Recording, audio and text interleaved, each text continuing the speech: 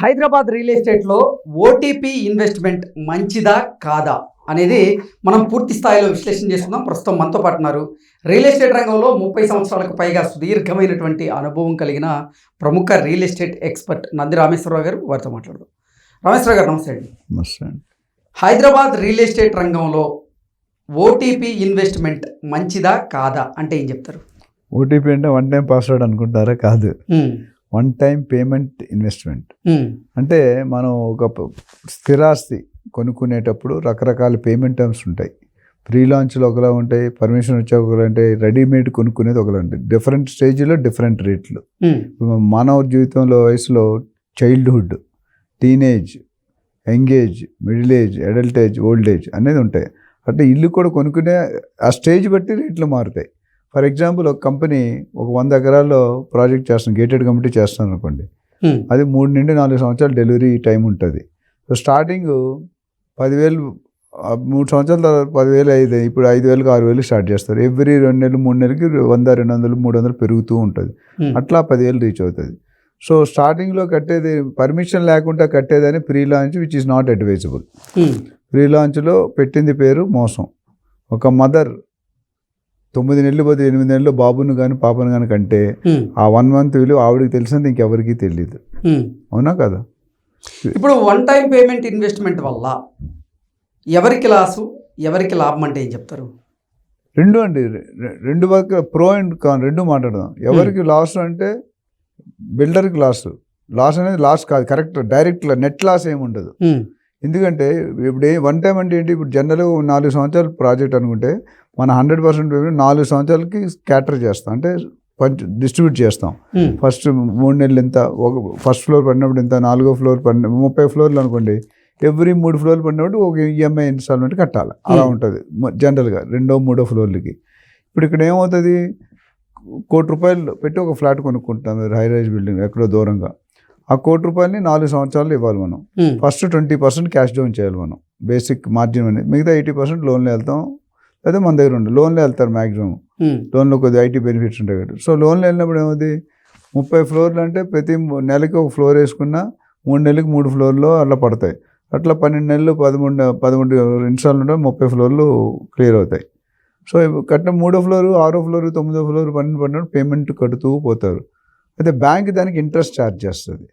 ఇప్పుడు ఎప్పుడైతే పేమెంట్ ఉంటుందో నీ మీటర్ రన్ అవుతుంది. ఆటోలో కూర్చోగానే మీటర్ ఎట్లా రన్ అవుతుంది, అట్లా రన్ అవుతుంది. సో దానికి మీరు యాక్చువల్గా చూసుకుంటే సపోజ్ ₹1,00,00,000కి మీరు 1,50,000 20 సంవత్సరాలు లోన్ తీసుకున్నారు అనుకోండి, అది 1,50,000, 1,60,000, 1,70,000 క్యాలిక్యులేషన్ ఇంట్రెస్ట్ రేట్ బ్యాంక్ బట్టి ఉంటుంది. ఇప్పుడు ఏమంటున్నారంటే మీరు అడిగే క్వశ్చన్ వన్ టైం పేమెంట్ ఏంటంటే మొత్తం 100% పేమెంట్ లేకపోతే 95% సింగిల్ షాట్లో కట్టేస్తాం. మేము లోన్లో నేను బిజినెస్ మ్యాన్, నాకు క్యాష్ ఉంది, మనీ ఉంది, నాకు ఏదో ప్రాపర్టీ ఏమైనా డబ్బులు వచ్చాయనేది కట్టేస్తారు. కట్టేసినప్పుడు ఈ 4 సంవత్సరాలు ఎంత ఫాలో అప్ చేయాలి బిల్డర్? ప్రతిసారి ఇన్స్టాల్మెంట్ వచ్చి డిమాండ్ లెటర్ అంటారు, డిమాండ్ లెటర్ పంపించాలా, బయ్యర్ సంతకం పెట్టాలా, అప్పుడు బ్యాంక్ రిలీజ్ అవుతుంది. ఈ ప్రతి 3 నెలలకి 2 నెలలకి ఫాలోఅప్ అయితే చేసుకోవాలి. ఈ ఒక్కసారి తీసుకోవడం వల్ల ఆ ఫాలోఅప్లు అనేది తగ్గి, లేబర్ కాస్ట్ తగ్గింది, టెన్షన్ తగ్గింది, ఇస్తాడో ఇవ్వడో, జాబ్ ఉంటుందో లేదో, ఉద్యోగం ఉంటుందో లేదో, బిజినెస్ బాగుందో లేదో, బిజినెస్ బాగుంది మీరు కట్టలేరు ఈఎంఐ.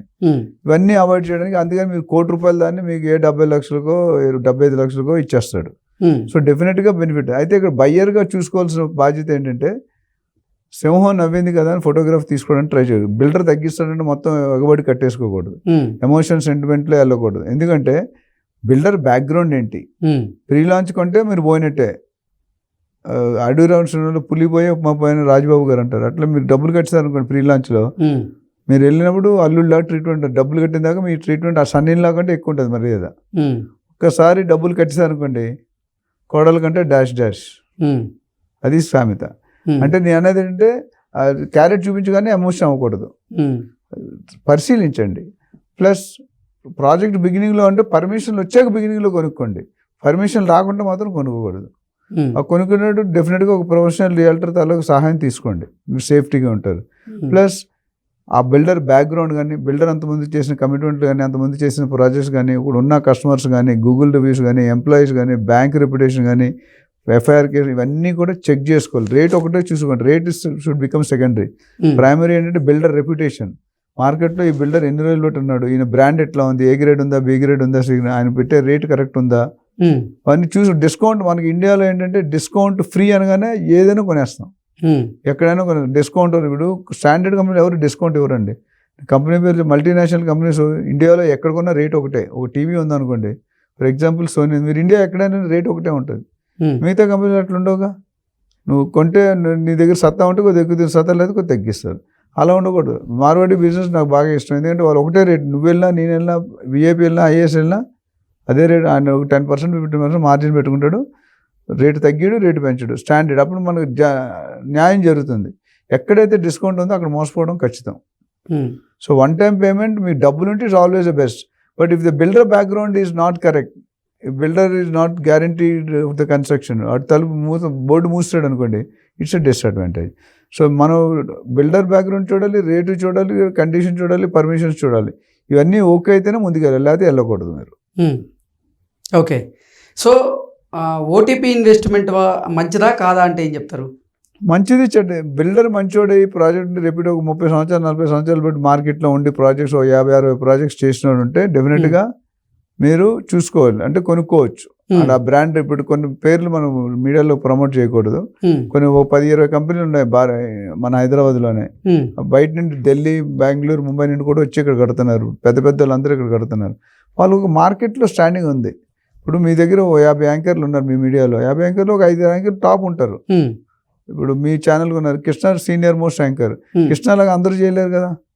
కృష్ణకున్న బ్రాండ్ ఎవరి యూనిక్నెస్ వాళ్ళకు ఉంటుంది, ఎవరి బ్రాండ్ వాళ్ళకు ఉంటుంది. అదేవిధంగా నేను బిల్డర్ కూడా ఏం చెప్తానంటే వాడు పుట్టుపూర్వోత్తరాలు ఎతకాలి, చూసి వాడు బ్యాక్గ్రౌండ్ ఎట్లా ఉంది, ఆ టెన్యూర్ ఎట్లా ఉంది, కస్టమర్స్ ఏమనుకుంటున్నారు, హ్యాపీగా ఉన్నారా లేదా, మన అన్న స్పెసిఫికేషన్ ఇస్తున్నాడు లేదా, మన అన్న మాట మీద. ఇప్పుడు ఒక బిల్డర్ ఉన్నాడు బంజారాస్ ప్రాజెక్ట్, లాస్ అయిపోయాడు ప్రాజెక్ట్లో, కానీ కస్టమర్కి డెలివరీ చేశాడు. లాస్ అడగలే, ఎక్కువ అడగలే ఆయన.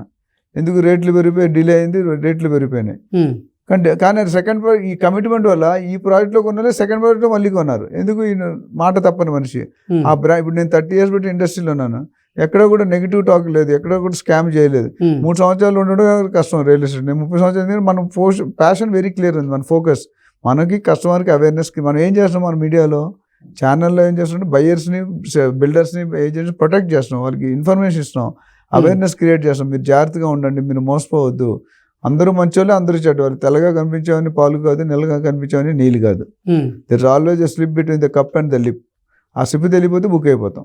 సో ఓవరాల్ నేను ఏమన్నంటే వన్ టైం పేమెంట్ కొనుక్కోవచ్చు అండి, provided the other condition suits. Other condition బాగపోతే కొనుక్కోకూడదు. It's better to wait and permission వచ్చి తీసుకోవడం బెటర్. ఓకే. హైదరాబాద్ రియల్ ఎస్టేట్లో ఇప్పుడు ఓటీపీ ఇన్వెస్ట్మెంట్ తక్కువ ఉందా, ఎక్కువ ఉందా?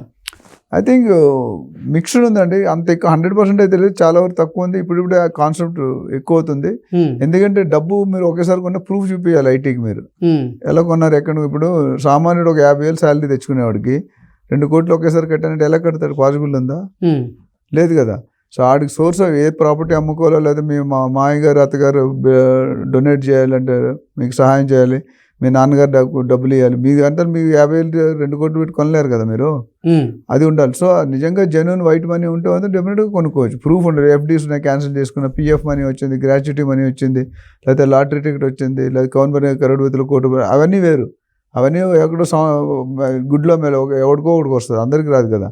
So IT department proof of income చూపించగల కెపాసిటీ ఉంటే, నిజంగా డబ్బులు ఉంటే కొనుక్కోవచ్చు. ఎక్కువ మంది వన్ టైం ఎవరు పెడతారంటే పాత ప్రాపర్టీలు అమ్మేసి వచ్చిన మార్జిన్ కొద్ది క్యాపిటల్ అప్రిషియేషన్ అయ్యి ఉంటుంది కాబట్టి ఆ రేట్తో కొనుక్కుంటారు, ఆ డబ్బుతో.